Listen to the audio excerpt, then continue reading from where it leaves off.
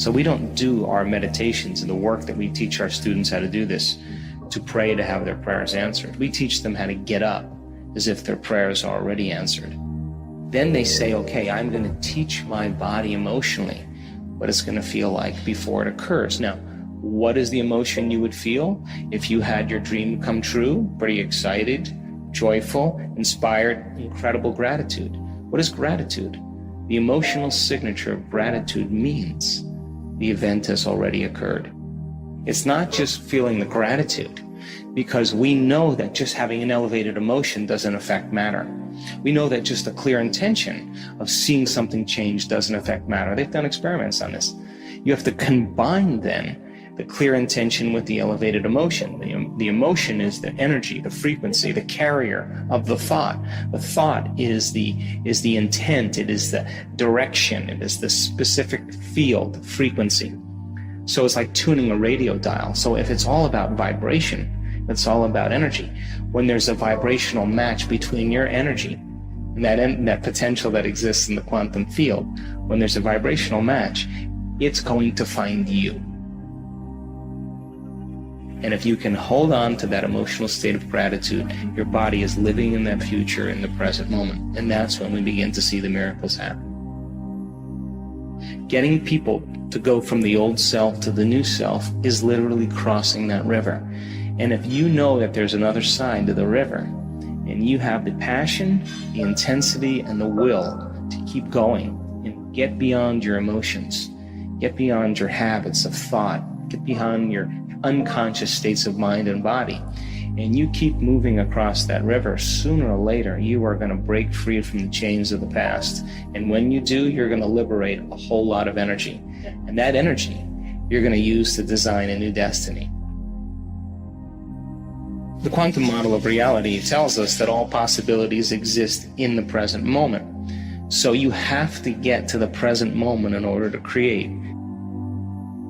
When that person reaches that elegant present moment, the moment they do that, they become nobody.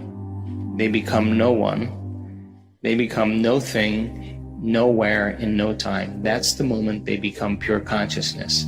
That's the moment they are literally walking through the door into the quantum field. Now, you can't walk through the door into the quantum field as a somebody. You got to walk through the door as a nobody. That means in order for you to heal your body, you got to get beyond your body. You got to forget about your body. In order for you to change some aspect of your personality, you got to get beyond your personality. You have to become no one. In order for you to create something new in your environment, you got to get beyond your association to your environment. In order for you to create something out of nowhere, you have to get to nowhere. And if you want to literally create some new future time, you have to get beyond time. And the moment our students do this, there's this magical thing that we see happen over and over again. It's becoming redundant now. It's becoming a pattern. All of a sudden, the moment they do that, their consciousness begins to merge with that greater consciousness, and all of a sudden the brain starts to fire in holism. The left side of the brain fires to the right side. It works in synchrony. Front of the brain, it's like this massive whole brain state. At the same exact time, the heart moves into a state of organization and coherence.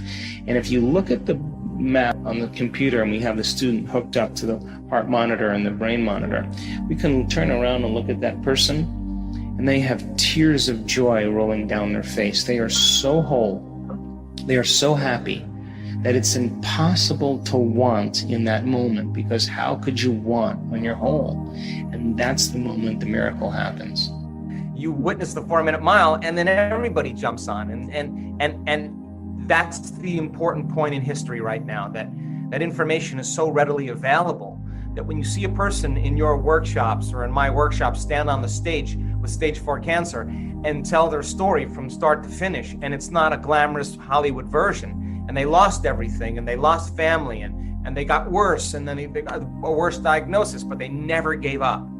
And they stand on the stage and you're looking at truth.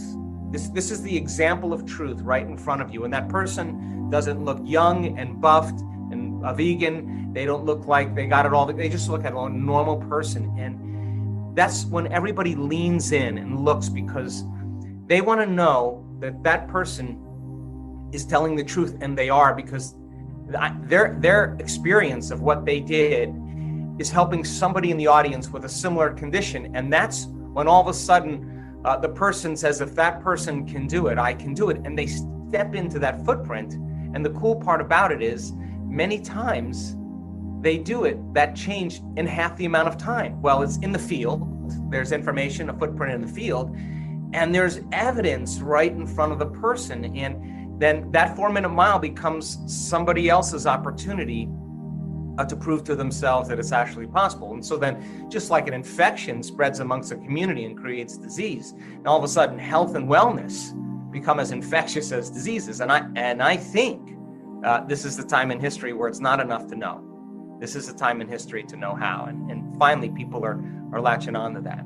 A miracle is not only something that one observes or witnesses, it can also happen from within. Dr. Joe has shown to the people around the world that a person can truly cause a miracle from within, and not purely by example or an experience by a story of himself or another person, rather by giving concrete scientific proof that it can happen. He has explained to us that the mind is a powerful thing, which has limitless potential, and only we ourselves can make a miracle happen, be it healing or anything else. Thus, I agree with Dr. Joe Dispenza that the mind is a miraculous thing and can truly cause miracles. But it depends on you if you're willing to take that step forward. Well, I hope you guys enjoyed the video, and do make sure to share your thoughts with us in the comment section. Tumors disappearing, people stepping out of wheelchairs, crazy, blind people seeing, deaf people hearing, crazy stuff. This is biblical proportion stuff. And now they're doing it non-locally because they can't be together, but they understand in the quantum there's no separation. They can do it without being there. And they're not doing it. I've dropped in on these calls. They're not doing it because they want to hang a shingle on their door saying I'm a healer. In fact, they got to get beyond that in order to heal. They got to get beyond that identity. They're doing it because they're healing themselves every time they connect to love. And so, that person then, whose daughter was riddled with a brain injury from a child, that never looked at her brothers, never was present, never could talk, was still and frozen, who's now looking at her brothers and laughing and hugging them and smiling and trying to talk. We're on the call with 50 people and 2 scientists from a prestigious university. And this woman is telling the story, and everybody is sobbing. Everybody is sobbing. Why? We contribute to the living organism. You made a difference. You changed somebody's life. That's why we do it, for that feeling. You keep doing it. That's going to be a common feeling. You're going to get really sensitive to some energy, to some feeling. That's what it's about. People try to work their whole week in opening their heart at a week-long event. Comes time to heal another person. Now it's no longer about them. And they get it. They get it. All they had to do was open their heart for somebody else. That's how it opens. So then we have it backwards. That when we start regulating and feeling wholeness and love, and we practice that on a daily basis, the master goes unnoticed, walking past somebody and healing them. They don't want to be recognized. They're not doing it for recognition. They left that a long time ago. They're doing it because they want to execute. They want to know the right time, the right moment, the right second to be able to do it. So I'm proud of our community, because our community is connected. I never want this work to be about me. If it's about me, it's the wrong thing. I want it to be about them. I want them to be empowered and inspired. I'm not going to tell them what to do. I would never do that. I would rob them of their free will. I want them to be able to execute with the tools to be able to create the life they want. And as you get closer and closer to source, to singularity, to wholeness, it's no longer about you, it's about us, it's about community. And that's when we begin to emerge as something greater.